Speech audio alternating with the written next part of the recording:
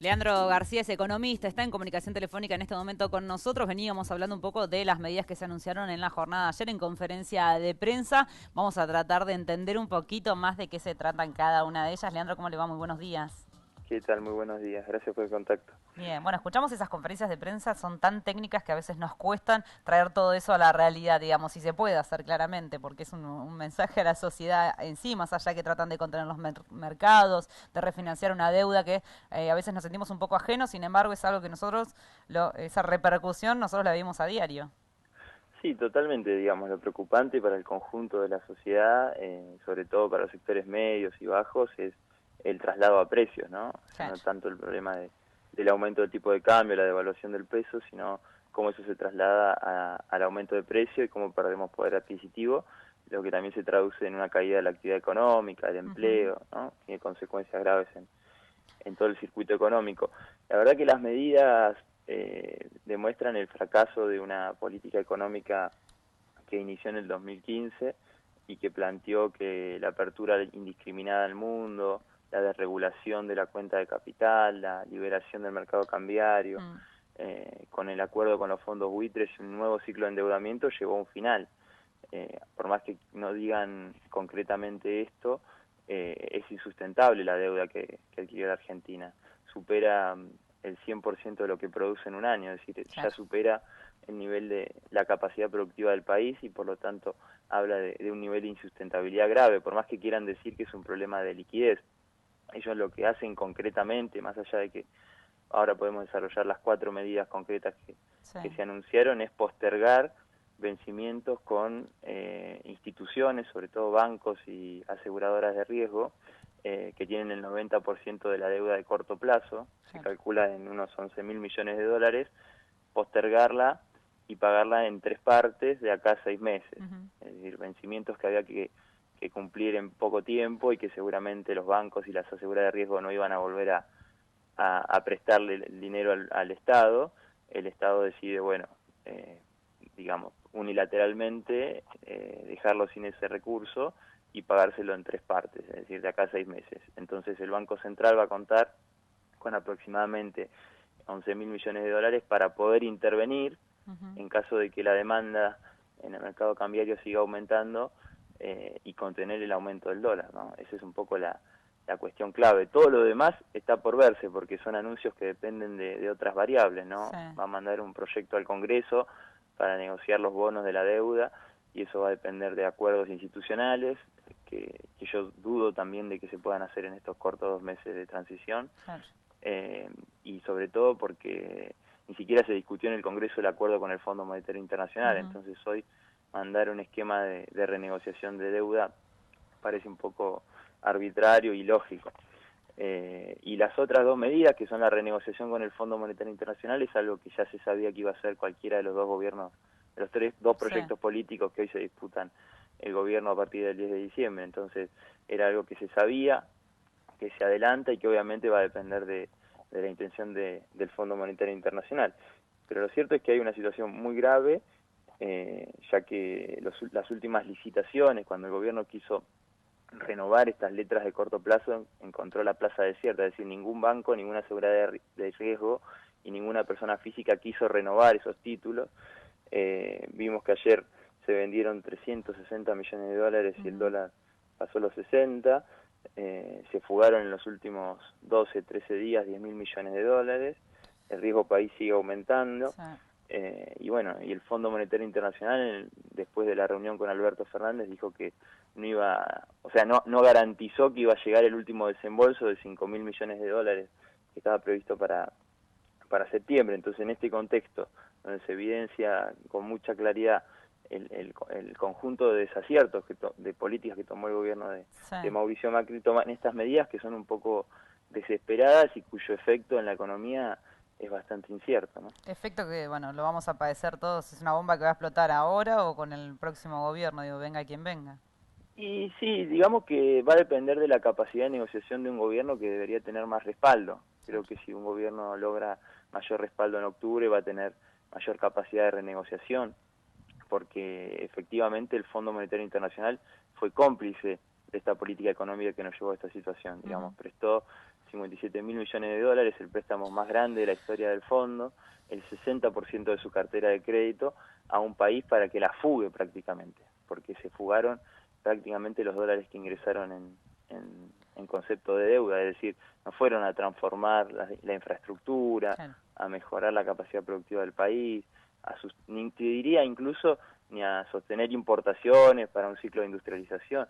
No, se fugó la mayoría de los dólares que entraron, y bueno, estos 11.000 dólares que ahora también le sacan a los bancos probablemente se vendan para sostener lo que se llama formación de activos externos, que es fuga, es decir, gente que Claro. compra dólares para sacarlos del La sistema, saca de acá. sistema económico. Leandro, y este desembolso que debería llegar, el último, ¿no? Que debería llegar a mediados de septiembre, esto seguramente no va a ser así, ¿ya va a formar parte de un nuevo acuerdo con el Fondo Monetario?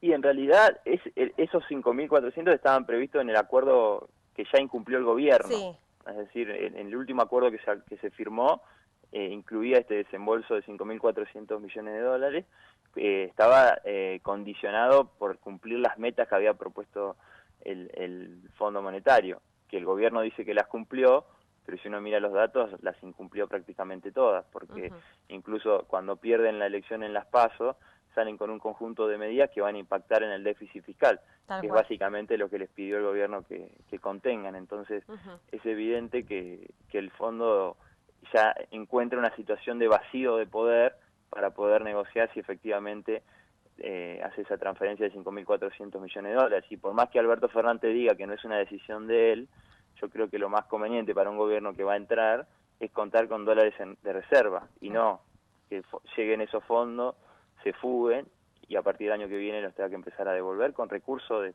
del conjunto de los argentinos, ¿no? Y que en la medida que más se devalúa el peso, más debemos, porque más peso tenemos que comprar para tener los dólares que le debemos a los acreedores externos. Entonces es una situación grave y de la que se sale creciendo, o sea, con un proyecto de desarrollo, volviendo a invertir en la economía real, volviendo a apostar a la industria, a las economías regionales.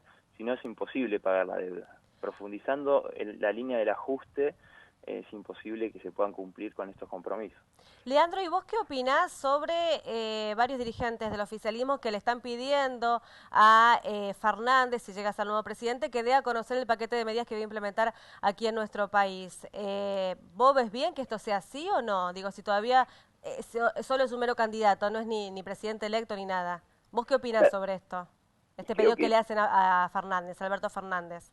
Yo creo que intentan atribuirle parte de la crisis a la que ha llevado el gobierno de Macri. Creo que el único responsable de esta situación, como te decía, es el gobierno actual. No hay una responsabilidad compartida como quieren hacer creer.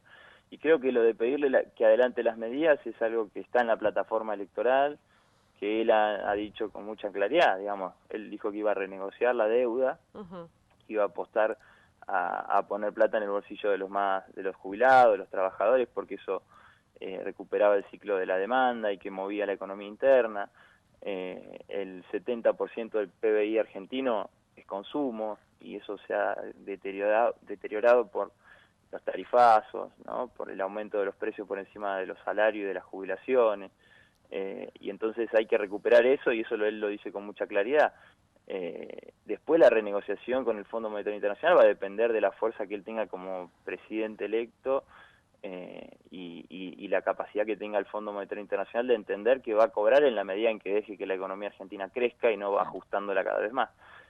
Otro tipo de medidas, y bueno, creo que él tiene un paquete, ¿no?, de políticas, no las puede desarrollar digamos como le están exigiendo, porque obviamente hay actores económicos afectados detrás de estas políticas, y bueno, pueden incidir en lo que va de acá al 27 de octubre de manera negativa para la economía argentina. Pero, por ejemplo, yo te doy un ejemplo que creo que es la clave para entender el desastre en el que nos han metido, y es que las exportaciones argentinas, que son la principal fuente de dólares que tiene el país y la principal fuente, te diría, de contención para que el dólar no suba, no están ingresando al país en la manera en que deberían estar ingresando, porque por más que han habido cosechas récord, el gobierno eliminó la obligación de liquidar los dólares de exportaciones en el país.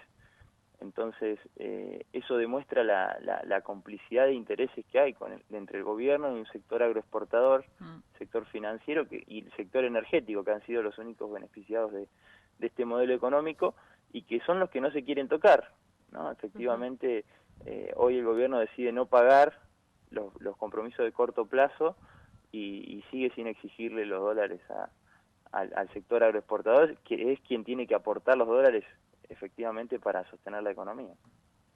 Leandro, te agradecemos muchísimo por este contacto telefónico. Bueno, estás invitado en cualquier semana, podés venir, que siempre vamos a tener algo para analizar, sobre todo en este año tan delicado, además de la intensificación, ¿no?, de la crisis en este último tiempo, todo lo que significa de cara a las próximas elecciones, ¿no?, en estos últimos meses del gobierno de Mauricio Macri y todo lo que ha generado en la sociedad. Bueno, compartimos nosotros durante toda la mañana lo que se vivió en la jornada de ayer, ¿no? La desesperación de la gente en la calle también, digo, más allá de las cuestiones gremiales, sindicales, digo, la gente exigiendo, ¿no es cierto?, una solución, un alivio en un momento realmente muy crítico. Si bien en Argentina venimos viviendo estas crisis que son cíclicas, que pasan en todo el mundo, nosotros cada vez peor, ¿no es cierto?